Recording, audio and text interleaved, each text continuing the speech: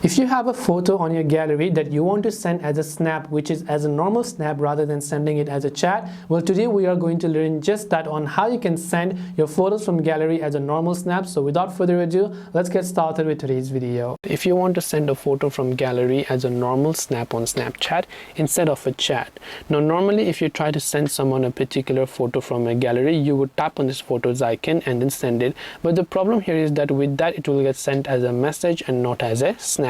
So if you want to send as a snap, tap on the snap icon from the bottom left first. Now once you tap on the snap icon, we will simply go to the search bar to search for a certain filter. So in the search bar, you want to type in something like upload.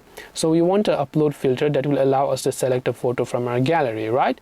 So once you choose that upload filter, now we can just choose a photo from the gallery right here. And once you've done that, you will be able to select it.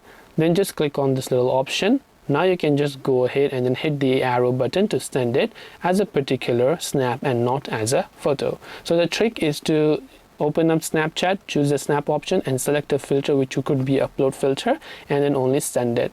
So hope this video helped you. If you have any questions, feel free to leave them down. Thank you for watching and see you soon in the next video.